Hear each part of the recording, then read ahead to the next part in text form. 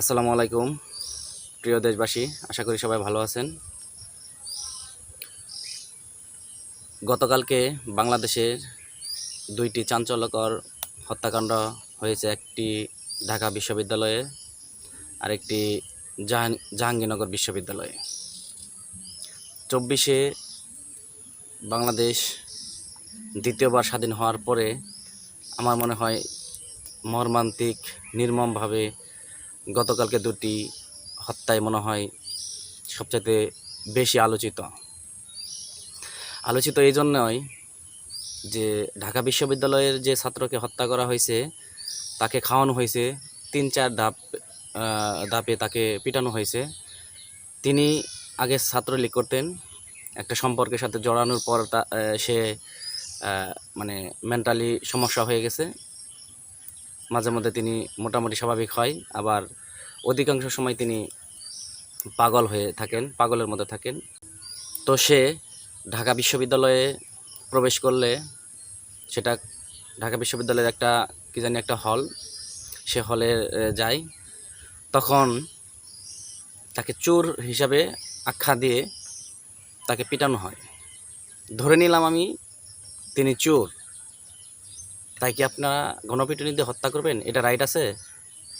পৃথিবীর কোনো দেশে এটা রাইট নাই, আমাদের দেশেও নাই।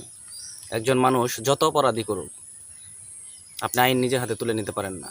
আর আপনারা বলেন আপনারা মেধাবী স্টুডেন্ট। ঢাকা বিশ্ববিদ্যালয় কিন্তু পৃথিবীর 100 সেরা বা 150 বিশ্ববিদ্যালয়ের মধ্যে কিন্তু আপনারা এখন র্যাঙ্কিংয়েও নাই।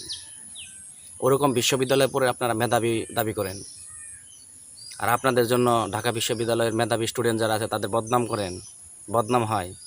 এই কাজ করেন, আপনার মেধাবী। একজন মানুষ সেখানে চুরি করতে গেলে আপনারা যদি বলেন যে ইসলামিক শাসন কায়েম করব, সেখানে হাত কেটে দিতে পারেন, পা কেটে দিতে পারেন, কিন্তু হত্যা করতে পারেন না। মুগ্ধর কথা বলেন, পানি পানি। আরেকজন কে জানি পিটিয়ে মারলেন ছাত্রলীগ, তখন পানি চাইছিল, তাকেও হত্যা করলেন। এখানে খাবার চাইলো, খাবার দিলেন, তাকেও হত্যা করলেন। এটা কি ওই মধ্যযুগের বসবাস করতেছি আমরা কি কোন সভ্য জাতি আমরা দাবি করি নিজেদেরকে মেধাবী দাবি করি?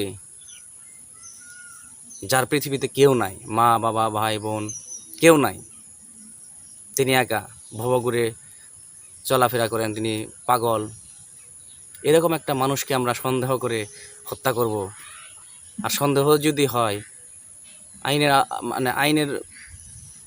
আইনের বাংলাদেশে প্রচলিত যে আইন আছে, আইনের হাতে আমরা তুলে দেব, সেখানে যে বিচার হয় সেটাই হবে।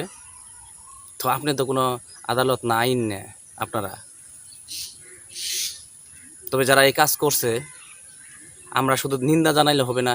আর দেখেন, একটা ঘটনা ঘটলে, একটা হত্যাকাণ্ড হইলে এদেশে বিচার পাওয়ার জন্য কত কিছু করতে হয়। মানববন্ধন করতে হয়, মশাল জ্বালিয়ে মশাল মিছিল করতে হয়, মানে বিভিন্ন আন্দোলন করতে হয় একটা বিচারের জন্য। এদেশের আইন আছে, বিচার আছে, সবই আছে, কিন্তু আইন চলে না, তাদেরকে ধাক্কা দিয়ে চালাইতে হয়। কেন রে ভাই? এটা তো স্বাধীন রাষ্ট্র, এখানে আইন আছে, সব কিছু আছে, আদালত আছে, প্রশাসন আছে, সব। তারপরে একটা আইনের জন্য, একটা বিচারের জন্য আমরা মানববন্ধন করতে হয়, মিছিল করতে হয়, দাবি জানাইতে হয়, সুষ্ঠু তদন্ত চাইতে হয়। এখন বর্তমান যুগে যেভাবে হত্যা করছে বা বিভিন্ন ধরনের চাঞ্চল্যকর ঘটনা যেখানে ঘটে, অধিকাংশই কিন্তু ভিডিও ফুটেজ থাকে। আপনারা তদন্ত করবেন, তদন্তের কথা বইলা মাস বছর যুগ নিয়ে যাবেন, এটা তো হয় না। সাথে সাথে ভিডিও ফুটেজ দেখবেন, অপরাধী চিহ্নিত হলে তাদেরকে ক্রস ফায়ার দেবেন দরকার পড়ে, এই ধরনের হত্যাকাণ্ডের সাথে যারা জড়িত থাকবে, কিংবা ফাঁসি দেবেন। এটার আবার তদন্ত কিসের? সেখানে দেখবেন, দেখার পরে 1-2 দিনের উপর তো সর্বোচ্চ নেওয়ার প্রয়োজন পড়ে না। তো এখানে 4 ঘন্টা তাকে নির্যাতন করে ঢাকা বিশ্ববিদ্যালয়ের কোনো যারা দায়িত্বে আছে সেখানে কেউ টের পায় নাই বা খোঁজ পায় নাই। আর আমরা নিজেদেরকে মেধাবী দাবি করি। শুধু দেশ সংস্কার কথা বলতেছেন বা পরিবর্তনের জন্য কি এই পরিবর্তন, নাকি বদলা নেওয়ার জন্য এই পরিবর্তন? অমুকের সময় গুম হয়েছে, অমুকের সময় হত্যা হয়েছে, এটা বলে তো জায়েজ করা যাবে না। সে করছে, সে বিচার পাবে, বিচার করেন। তো ও করছে, সে করছে, সেই দল করছে বইলে তো আপনি হত্যা করতে পারেন না। আপনি পারেন? আপনার রাইট আছে? একটা লোক, একটা দল এই কাজ করছে, গুম, খুন, হত্যা ইত্যাদি করছে, তাদের বিচার হবে, বিচার হচ্ছে। অনেকে পলাতক, অনেকে পালিয়ে গেছে, তাদেরকে ধরেন, বিচার করেন। তো অমুক সময় করছে, তমুক সময় করছে, অমুকে করছে, তমুকে করছে, এইটা বলে তো আপনি জায়েজ করতে পারেন না অপরাধকে।